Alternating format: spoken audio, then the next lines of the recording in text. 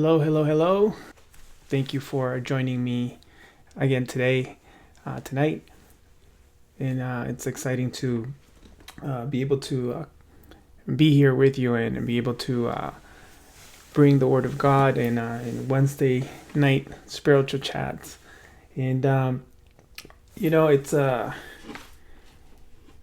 interesting when you get all these ideas in your head or these feelings in your spirit.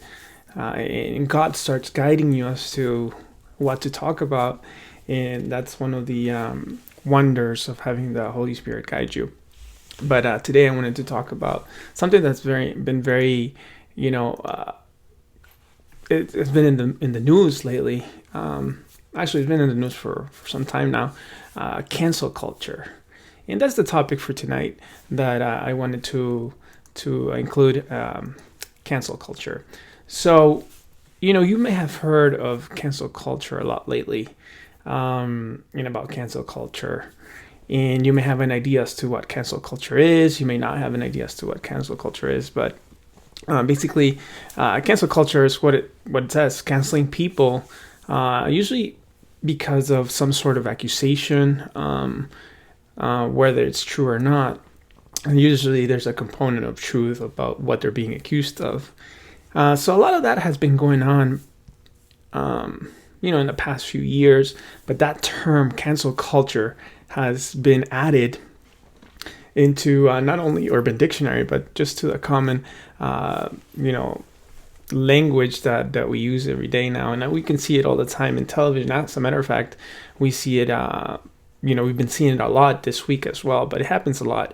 And one of the things is that gets somebody canceled. It could be a lapse in judgment. It could be a mistake that they made, an error, moral failing, perhaps somebody being a jerk, something along those lines. And people start getting canceled, meaning they start being separated from common, the common knowledge that they were accepted. They were somebody that you looked up to. And it's interesting that there's a saying that it's better to not meet your celebrities or your crushes or something along those lines, because once you meet them you might be let down. And so it's been happening a lot lately. And I started thinking about this, about cancel culture, and that's why I wanted to talk about Cancel Culture Incorporated today. We know that recently, and by I mean recently, forever, but most recently, a lot of politicians, including one big one right now, it's being canceled by a lot of people because of certain actions that they may have taken, allegedly taken. Comedians. I know there was a comedian that made a joke about a former president, and she was completely canceled. I was watching a video about her recently. I think it's Kathy Griffin is her name. And she was still stating that till this day she cannot get a job for whatever she did, whatever she said. And if you're not familiar with what she did or said, you can definitely Google it.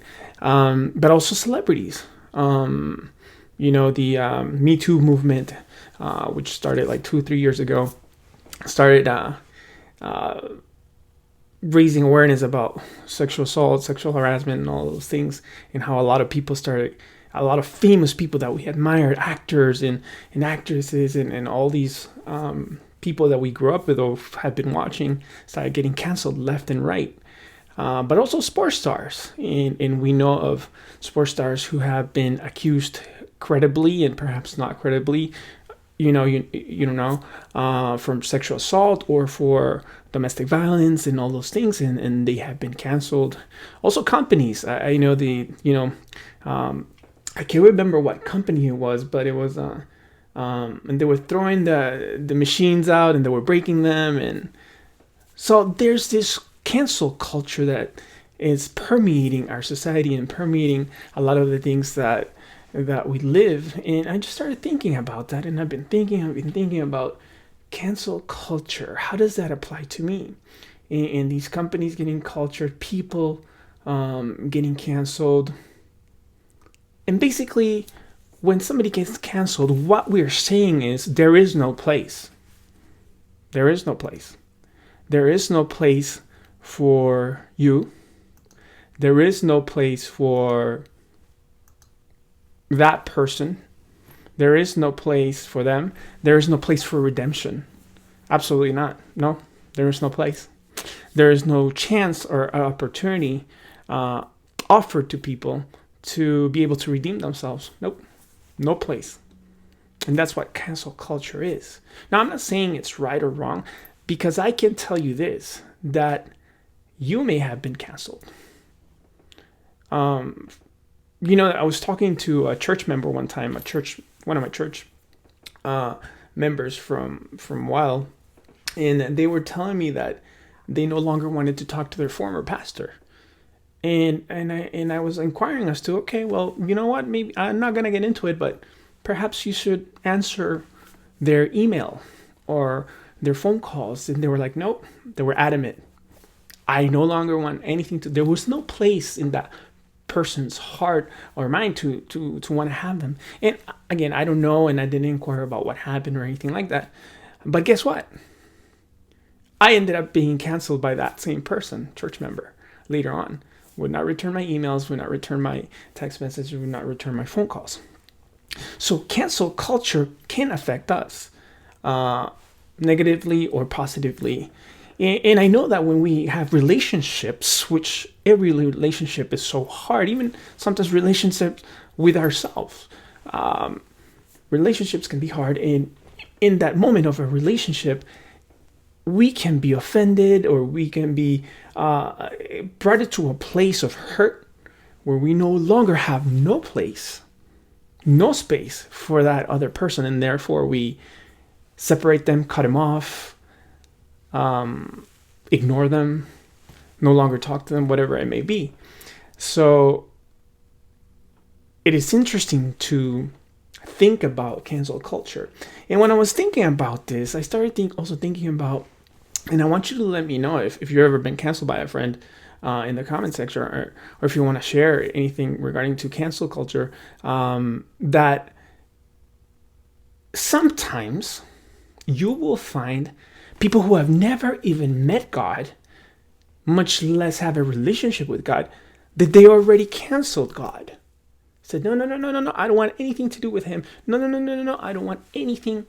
He already canceled. Not even knowing anything about him, perhaps not even knowing, but maybe knowing stuff about the religion of God, the book of God, and things like that.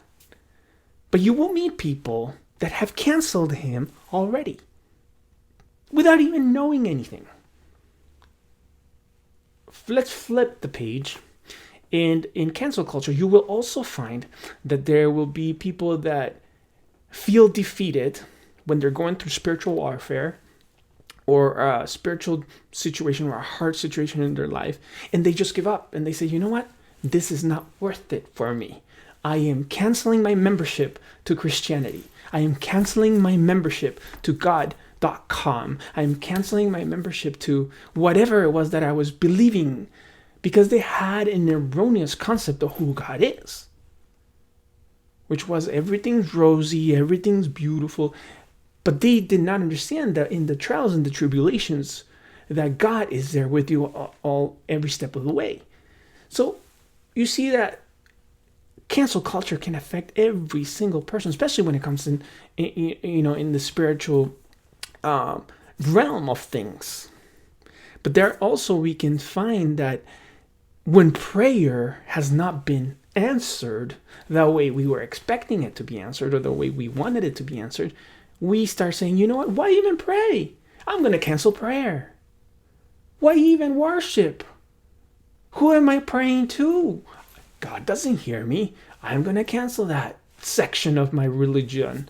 I'm going to cancel that part of my communication with God. I don't need that.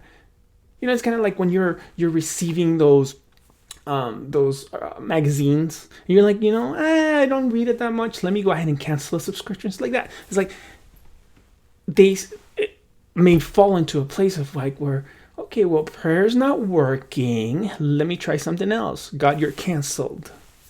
God, you're canceled. But the interesting thing is, and I this is what I've been dwelling upon, is that God does it differently. He does. He just completely does everything differently. When I think God is going to do it one way, he does it in a different way. When I think he's going to do it a different way, he does it this way. And when I think he's not going to do anything, he already did something. And when I think he already did something, he's doing something else that I can't see or perhaps not even feel. And yet we still want to cancel him. But we have to remember that God does everything differently. See, he doesn't cancel us. No, he doesn't. See, even when we cancel him or when you cancel him, he doesn't cancel you. I found this verse in chapter 15 of Exodus. It's a wonderful verse. It's a song.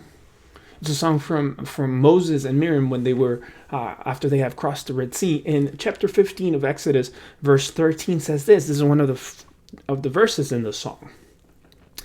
In your unfailing love, you will lead the people you have redeemed. In your strength, you will guide them to your holy dwelling. Oof. I've been meditating upon that word. I've been assimilating each moment that was going through the singing of that verse when Moses and Miriam are just worshiping God after having been delivered from the Egyptians. And they did not deserve that from God. But God does it differently. See, we can be offended and we say, you know what? Enough with them. And it can happen to any of us because we're human beings. And I'm not excusing, I'm just saying that's the moral failures that we have in a sinful nature. But here Moses reminds us that God says in his unfailing love, he has no room to cancel us. Unlike us, canceling people, canceling each other, canceling family members, canceling best friends. Oh, that's my ex-best friend. Oh, that's my ex-wife. Oh, that's my ex-coworker. Oh, that's my ex-God. But yet he says, I have an unfailing love for you and he will lead you. And not only lead you because he leads those who which he has redeemed. There's that beautiful component of God's grace that redeems each of one of us that sometimes we lack when we cancel people and we say, yo, no more. He did this. He did that. We were watching a documentary the other day about Michael Vick. And I highly suggest you watch it, 30 for 30 on ESPN. And the incredible amount of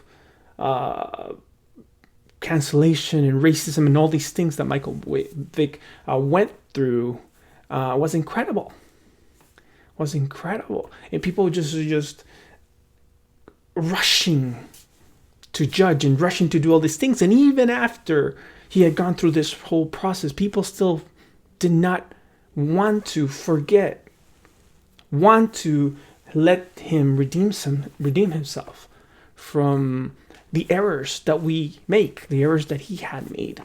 But the verse continues on to say, in your strength, meaning God's strength surpasses every other thing that we have, especially our emotions, where our emotions are attached to our feelings. And we say, you know what? I don't need that person. Let me cancel them. And you will guide them. See, it's a wonderful thing that sometimes we don't know what to do with a certain situation because an interpersonal relationship has affected us or we have affected somebody else. But here, the verse that Moses writes says, even though we were complaining on the way to cross the Red Sea, you delivered us, you redeemed us, you gave us that unfailing love, you gave us the opportunity to be able to be there and you were guiding us because you do things differently. God, you do not cancel us. And he finishes that verse by saying, you guide us to your dwelling place, which is the place of peace. And that's the wonderful thing. And I just wanted to share that with you. He uncancels the canceled. He forgives our debt. Listen to that. He forgives our debt. He forgives our shortcomings. Shortcoming means you were supposed to be here, and then you were supposed to be here, and then you came here. You were short or where you were supposed to be. he forgives that. He says, it's okay. I got this, because God does things differently. See, he gives us hope in the midst of all those troubles to say, I can give you a new beginning. You are not canceled to me. And that's what God does, because God does things differently. When God does that, we don't. When we're quick to cut, we're quick to eliminate, we're quick to unfriend, we're quick to unfollow, we're quick to block. Yes, we're quick to cancel people. Yet God, in his ultimate love and his ultimate appreciation of who he made us, even if we ultimately cancel him, you end up canceling yourself from him, because he does not cancel us. I hope this Wednesday night spiritual chat has been of a blessing. May God bless you. May God bless your family.